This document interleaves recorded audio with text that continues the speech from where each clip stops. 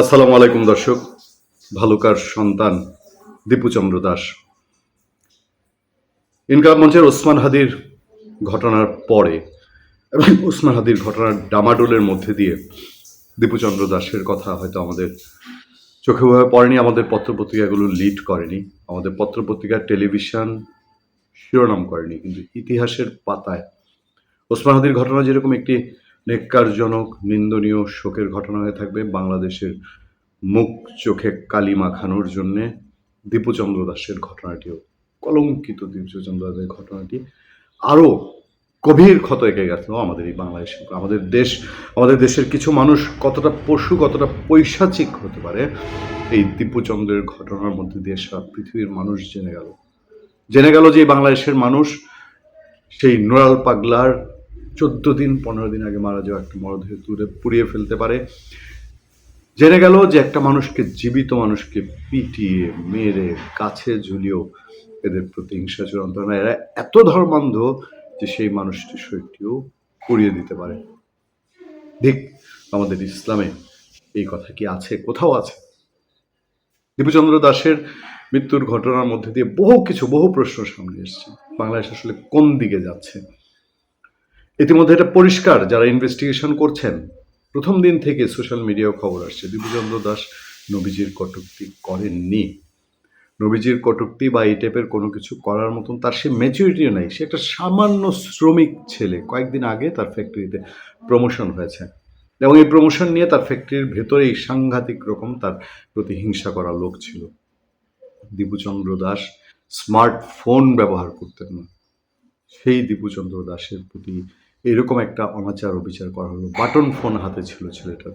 BBC একটা investigation আছে এবং সেই ইনভেস্টিগেশন ডেপথ আমি খেয়াল করছিলাম বিবিসি কেন এই ঘটনাটা নিয়ে কিছু লিখছে না, কিন্তু সবশেষ আমরা বিবিসি সেই ইনভেস্টিগেশন রিপোর্টটিতে বেশ কিছু তথ্য পাচ্ছি। আমি সেই চুম্বক অংশগুলো একটু আপনাদেরকে জানাতে চাই। ভালুকায় হিন্দু যুবককে পিটিয়ে পুড়িয়ে হত্যা, কি ঘটেছিল সেখানে একটা জায়গায় আসেন এবং পরে আমি র্যাবের বরাত দিয়ে একটা তথ্য বলবো। বাংলাদেশের ময়মনসিংহ জেলার ভালুকায় হিন্দু ধর্মাবলম্বী একজন পোশাক শ্রমিকের ধর্ম নিয়ে কটূক্তির অভিযোগ তুলে দলবদ্ধ হয়ে পিটিয়ে পুড়িয়ে হত্যা করা হয়েছে। তবে এ ঘটনার ধর্ম অবমাননার কোনো প্রত্যক্ষ প্রমাণ পাওয়া যায়নি বলে জানিয়েছেন র্যাপিড অ্যাকশন ব্যাটালিয়ন বা র্যাব। র্যাব জানিয়েছে কোনো প্রত্যক্ষ প্রমাণ মেলেনি। এই নিউজটির শুরুতে বিবিসি লিখেছে, এই প্রতিবেদনে কিছু বর্ণনা পাঠকের অস্বস্তির কারণ হতে পারে। দর্শক, এই মানবতা বিরোধী এই কাণ্ড আমরাও আলোচনা করতে দ্বিধা করব, কিন্তু আমরা জানি এটা বলা দরকার, এটা নিয়ে আলোচনা হওয়া প্রয়োজন। নিহত ব্যক্তি যদি ফেসবুকে কিছু লিখতেন তাহলেও একটা বিষয় হতো। সেখানে সবাই এখন বলছেন তারা তাকে এমন কিছু বলতে নিজেরা শোনেননি। কেউ নিজে শুনেছেন বা দেখেছেন ধর্ম অবমাননা বিষয়ে এমন কাউকে পাওয়া যায়নি। বিবিসি বাংলাকে বলেছেন ময়মনসিংহ র্যাবের কোম্পানি কমান্ডার মোহাম্মদ শামসুজ্জামান। বাইরে ঠেলে দেওয়ার পর তাকে পিটিয়ে পুড়িয়ে হত্যার ঘটনার ভিডিও বিশ্লেষণ করে 2 জনকে আটক করে তাদের জিজ্ঞাসাবাদের ভিত্তিতে আরও 5 জনকে আটক করেছে বলে জানিয়েছে র্যাব। টোটাল 7 জনকে আটক করা হয়েছে ওই ভয়ঙ্কর বর্বর ঘটনায়।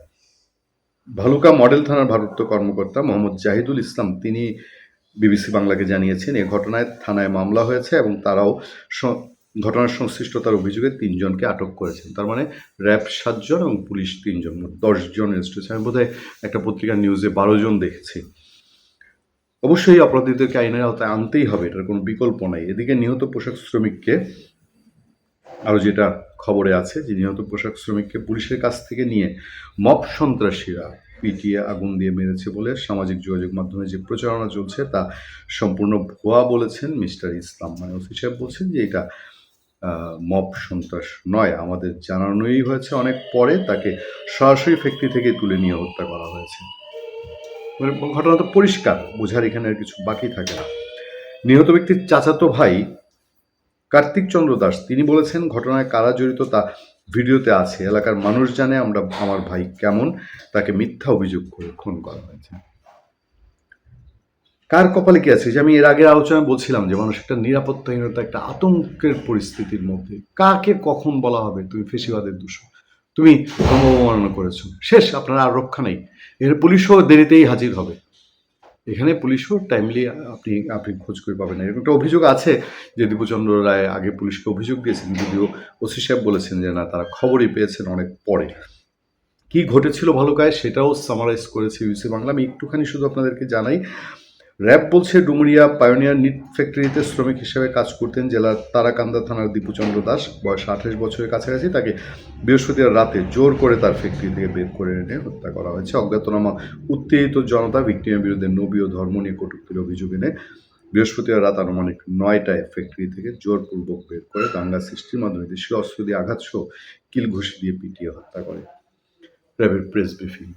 আমি জানি না এই বাংলাদেশে নুরাল পাগলা, এই দীপুর মতো আর কারো ভাগ্য সামনে নির্মম ভাব অপেক্ষা করছে কিনা। শুধু এইটুকুই বলা যাবে, নুরাল পাগলার ঘটনায় কি দৃষ্টান্তমূলক বিচার বা পেছনের মাস্টার মাইন্ড যারা এই ঘটনার ব্লু প্রিন্ট করেছিলেন তাদের কাউকে অ্যারেস্ট করা হয়েছে, গ্রেফতার করা হয়েছে?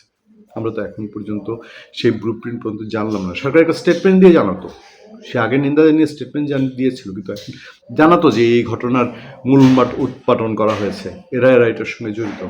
জানাচ্ছে না কেন? ভালো থাকবেন, সুস্থ থাকবেন। আপনাদের সাথে আমি আতিক রহমান।